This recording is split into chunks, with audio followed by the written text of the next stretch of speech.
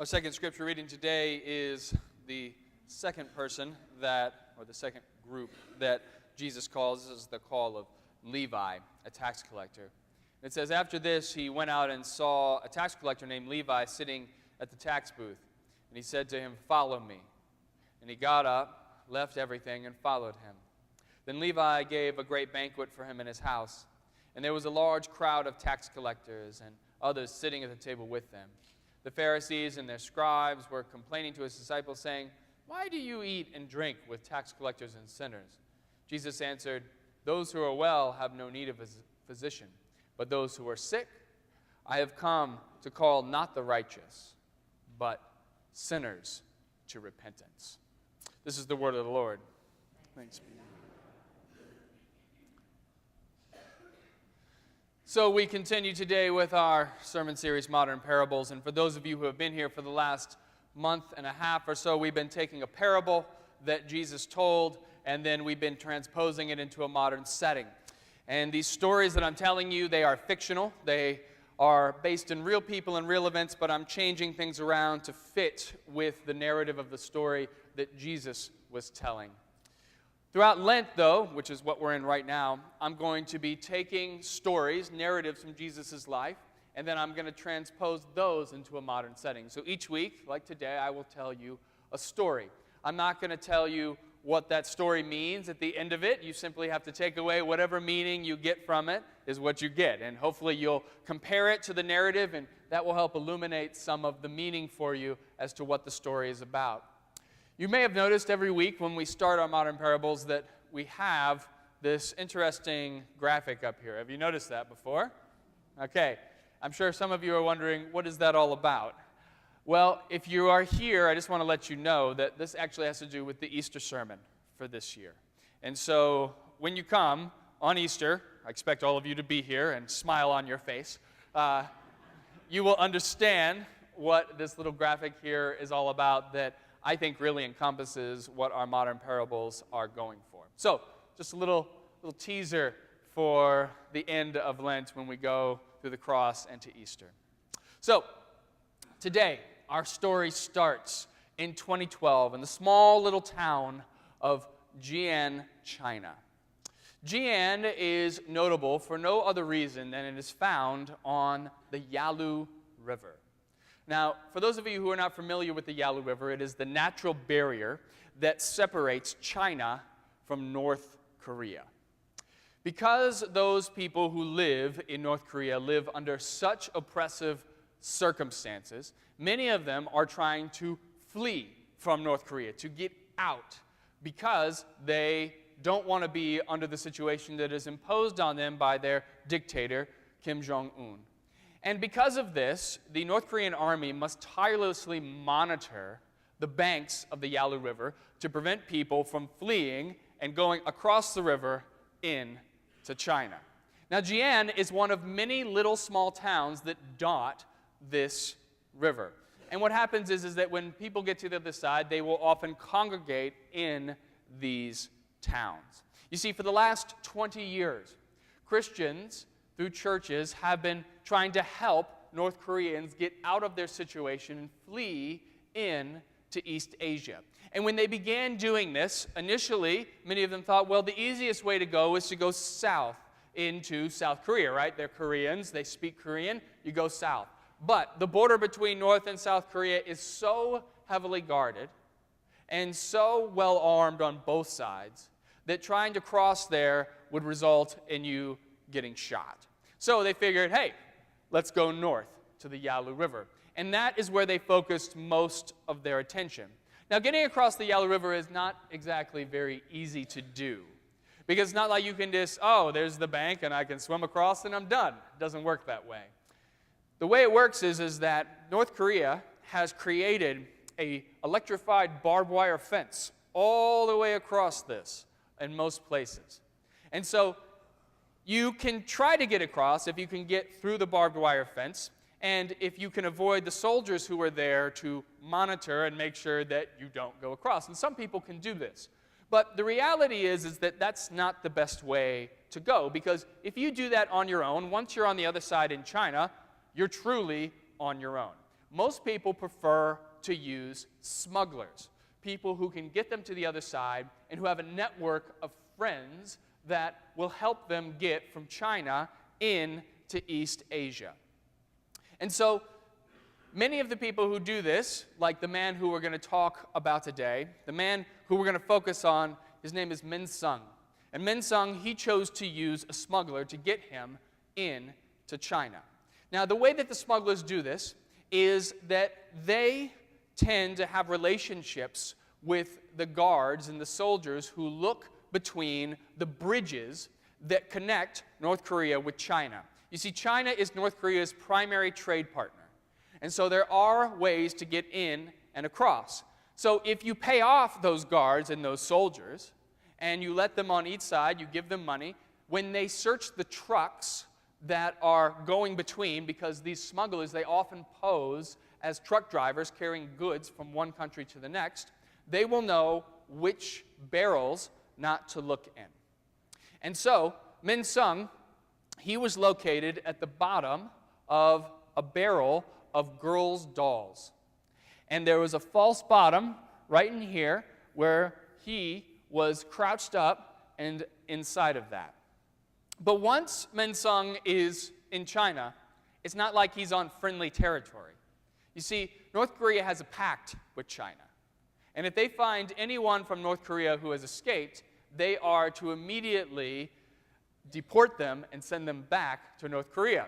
And it's not like once you go back to North Korea, they're like, oh, it's great to see you. Why don't you head back to your family? It doesn't work that way. They actually end up sending you to what is known as the Gulag, which are work camps where prisoners are worked to death. It's very much like the concentration camps from Nazi Germany, except they exist in this day and in this time. So if you're going to choose to escape from North Korea, you need to realize that you're putting yourself in a very dangerous situation. So when Min Sung, when he gets to the other side of the river, the smuggler takes him to this toy shop located in the town of Jian, which is where we began our story today. And so the toy shop owner, he takes the barrel, gets it off of the truck, and puts it down. Now, this toy shop owner, he is part of this large Christian underground railroad that helps North Koreans get into places like Burma, Laos, Thailand, Vietnam. And so he helps these people, once they get to where he is, make their way down. And so he unpacks the barrel, he starts getting all of the dolls out of it, and then he removes the false bottom, and there on the inside is Min Sung. Now Min Sung, he's 27 years old, but he looks like he's 15 from malnutrition. He's a little bit over 5 feet tall, and he weighs about 87 pounds. Min Sung, he comes from an area of North Korea called the Kangwon province, and his father was a farmer, like many people in Kangwon. And what you have to understand about North Korea is that because it's a closed society, they do not have access to modern agricultural techniques, meaning they don't have machines to help them do a lot of their farming. And so many of the farmers, they depend on animals to do most of their farming, but this was not Min Sung's father's way because he couldn't afford animals, so they had to do everything by hand. They went out and they would till the ground by hand. They would plant the seed by hand, and they would reap everything by hand. And because they live in a communist society, they had to take all of that food and they had to give it over to be sold on the national market. So even though they were the ones who went through all of the hard labor of growing all of that food, they did not get to enjoy the fruits of their labor. Instead, every month they were given a small paycheck with which they could go out and purchase a small portion of the food they had worked so hard to grow. It had been a long time since Min Sung could remember when he didn't feel the pangs of hunger in his stomach. At the age of 27, on his 27th birthday, his father came to him and he said, "Look, I've been saving money since your birth to smuggle you out of this country, and now I have enough and it's time. So a little bit before Christmas, you're going to meet up with the smuggler and he's going to take you out." And so the smuggler, he meets with Min Sung. He says, "You're going to get at the bottom of this barrel. It's going to take us 3 days to get you from here into China." And he gave him 3 pieces of fruit to deal with all of that time. By the time they got to the toy shop, and the toy shop owner had taken out the false bottom. Min Sung was delirious with hunger. So they took him upstairs to the apartment that was over top of the toy shop, and they sat him down at the table and gave him a warm meal, which he just devoured. He was famished.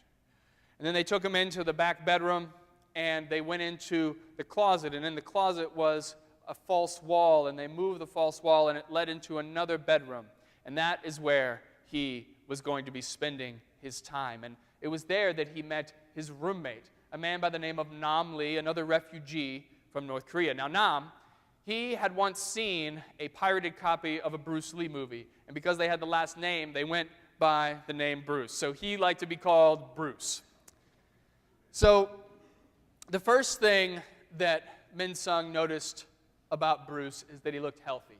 He weighed about 140, 150 pounds. The second thing that he noticed about Bruce is that he always had a smile on his face, that he greeted Min Sung with the warm exuberance of a friend. And after the introductions had taken place, Bruce said to the toy shop owner, "Sheshe," which means thank you in Chinese, and the toy shop owner left. And Bruce, he started asking questions of Min, and he said, "Were you able to sleep at the bottom of the barrel?" Min Sung said, "No, I was not." He said, "Okay, first order of business is you have to get some sleep, get some rest. Then we're going to talk about the plan, what we're going to do to go in to East Asia." So Min gets on the bed, he goes to sleep, and 14 hours later he wakes up and he looks over and he sees Bruce sitting there in the chair and he's reading a comic book. And Bruce says, "All right, let's go in the kitchen. We need to get you some food. You need to bulk up." So they go into the kitchen, and there, waiting for him, is a bowl of rice with steak mixed in it. It had been years since Min Sung had had any kind of meat, let alone steak. And so this was a really, really big treat. And he starts eating it, and it tasted amazing. And as he was consuming this food, he heard the plan. Over the next 2 months, they were going to stay there in that apartment. And Min was going to gain weight. One of the most obvious signs that a person is coming from North Korea is the fact that they look malnourished. Through the next 2 months, they were also going to learn how to speak some basic Mandarin. They were going to be posing as South Korean tourists. And South Koreans tend to be very educated people. I don't know if you've heard anything about their education system, but it's quite good. And so they tend to know Mandarin. And so when they go to China, they can usually be conversant. So another sign that you are not from South Korea is that you are uneducated. North Koreans tend not to have a very good education. So they were going to get them conversant in Mandarin so that if they got questioned by the authorities, nobody would think that they were suspicious. Thankfully, the toy shop owner's daughter, she spoke both Mandarin and Korean and could help them learn. Their goal was to make the trip all the way from Jian down through China into Vietnam, where they would be taken in by a church, and this church would give them a new life. It would be easy to make this trip if they could just get on a plane and fly, or if they could get in a car, because it was more than 3,000 miles to get there. But they couldn't just do that, because they had to worry about being intercepted by the police along the way. And there's lots of different authorities. So sometimes they could drive. Other times they might have to take a boat down a river. Sometimes they would just have to walk to their destination. Ultimately, it would take them about 6 months to make this trip, all the way from where they were now in Jian, all the way down into Vietnam. Min and Bruce, they were going to be partners in this little adventure getting to Vietnam. And as Min started to eat over this next 2-month period, he started to gain weight, and he was concerned. He hadn't been a very good student when he was in school, and he wondered, can I learn the Mandarin that I need to know? And what he found is that with the proper nutrition, he actually could learn pretty well. And he found that he had a knack for languages, and he picked it up very quickly. He also found that he had a lot in common with Bruce. Bruce really liked music, and so did Min, and so they found that they had this in common, and they both said, you know what, when we get to Vietnam, we're going to learn how to play an instrument. They also talked about their love of cartoons and comics. One of their few pleasures as children had been watching cartoons. It was one of the few ways that they were able to mentally escape from the hardships of North Korean life. And so they talked about how what they wanted to do was, when they got to Vietnam, that they were going to try to produce these cartoons. They wanted to get into that business because they wanted to give children a better childhood than they had had growing up. At the end of the 2-month period, men weighed about 115 pounds, and they said, okay, it's time to get going. So they gave them a shave, a haircut, they gave them new clothes, fake papers that said they were from South Korea, and they started going. And their first stop was only 10 miles away from the town of Jian. And this is what it would be like. It would be jumping from safe house to safe house. Sometimes they could go 100 miles in a day. Other times they might only be able to jump from one safe house to the next in the same town. It just all depended on the movement of the authorities and what was happening. Sometimes they'd be in rural areas and stay with farmers. Other times they might be in an underground church and stay with a pastor. Sometimes they would be with business owners. A lot of times they would be with students, Chinese students. And sometimes they would be with American students who were studying abroad. All of these people were part of this underground Christian network. There was a lot of close calls along the way as well. When they were going through, they were about halfway, and they were in the city of Nanping. And they were walking towards a bridge, and they were going to cross over this bridge, and a police officer came up to them and was going to question them. And so their liaison whipped out a camera and took a photo of them like they were doing tourist activities. And thankfully, the police officer thought better of questioning them further. On another occasion, they were in a taxi, and they had miscommunicated with the taxi. And the taxi dropped them off at what they thought was an apartment building where their next safe house was. Instead, they found that they walked into a police department right there in the building. And thankfully, they were able to talk their way out of it. Men was so good at his Mandarin that they could get out of there without raising any suspicion. So after about 40 safe houses and 6 months of time, they had made their way all the way around down towards Vietnam. And they were now on the last leg. The next day, they were going to make their way across the border into Vietnam. That evening, they were staying in the attic of a barn. And a few hours in the morning, they were going to go and they were going to start making their way in dark. But at 1 o'clock in the morning, Bruce heard men. He was rustling around on his bed. And Bruce, he turned over and he said, "What are you doing?" And men, he was shuffling in his backpack, and he turned around and he was brandishing a knife. And this knife was pointed directly at Bruce. And Bruce was obviously a little taken aback by this, and he could see that there was a lot of fear in men's eyes. And so he said, "Why are you pointing a knife at me? I'm not going to hurt you." And men said, "I have to take you with me." And Bruce, he didn't entirely understand what he's talking about. He said, "You don't have to take me anywhere. Tomorrow, we're going to go in to Vietnam. We're going to be there together. We've made it. We're at the end." And he goes, No. Men says, "I have to take you with me back to North Korea." And Bruce, he almost stumbled back at the thought of going back to North Korea. He goes, "Well, I don't understand. What are you talking about? I mean, we've spent all this time, the last 6 months, we've been working our way to get away from North Korea, and now you want to go back?" And men says, "No, I don't want to go back. I have to go back with you.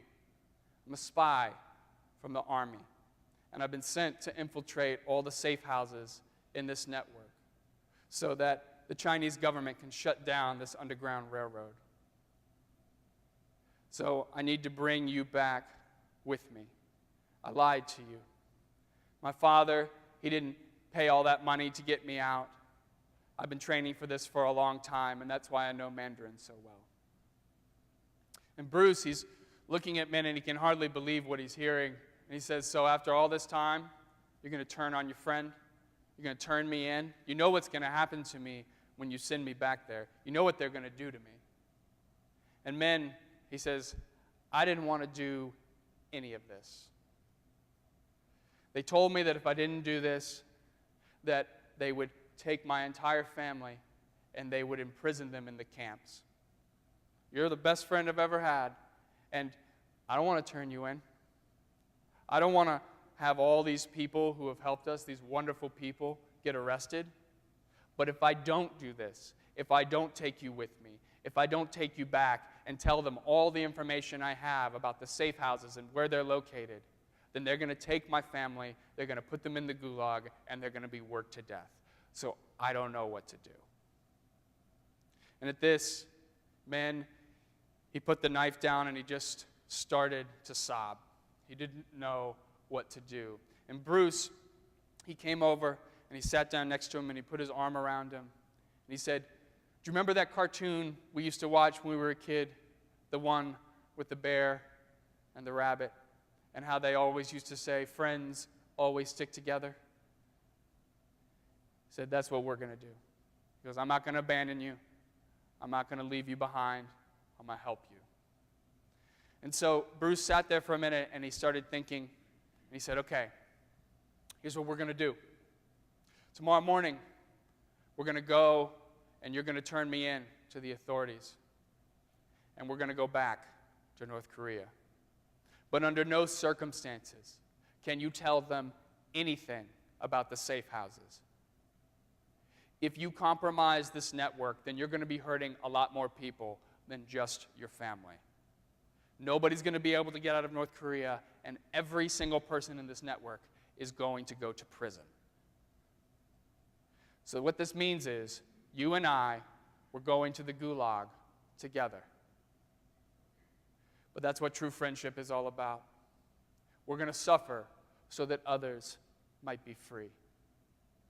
So the next morning, they get up and they go to the local town before the liaison can meet them to take them into Vietnam. And Min turns Bruce over to the local magistrate. They are placed on a plane and they are sent back to Pyongyang, the capital of North Korea. Bruce is immediately taken and placed in the camps, and Min is questioned. And he says, I can't remember where the safe houses were. It all went so fast. We were going from one place to the next. I just don't remember geographically where anything was. It just was too much. And of course, they didn't like that answer at all. And so, just as Bruce had said, they took Min and they placed him in the camps alongside Bruce. And eventually, some of the smugglers, remember the smugglers, they're all friends with these soldiers, they heard about this story. It had gotten back to them about what Bruce and Min had done in the face of really, really difficult and horrific circumstances. And that story, it got back to the toy shop owner in Jian, and it spread throughout the entire network. And eventually, that liaison, who had taken a photo of them at the bridge in Pyongyang, and he took that photo there, and they sent it out to the entire network. And they wanted everybody to have a copy of that photo so that they might always be reminded of what they had sacrificed and what the true meaning of friendship really is. Amen.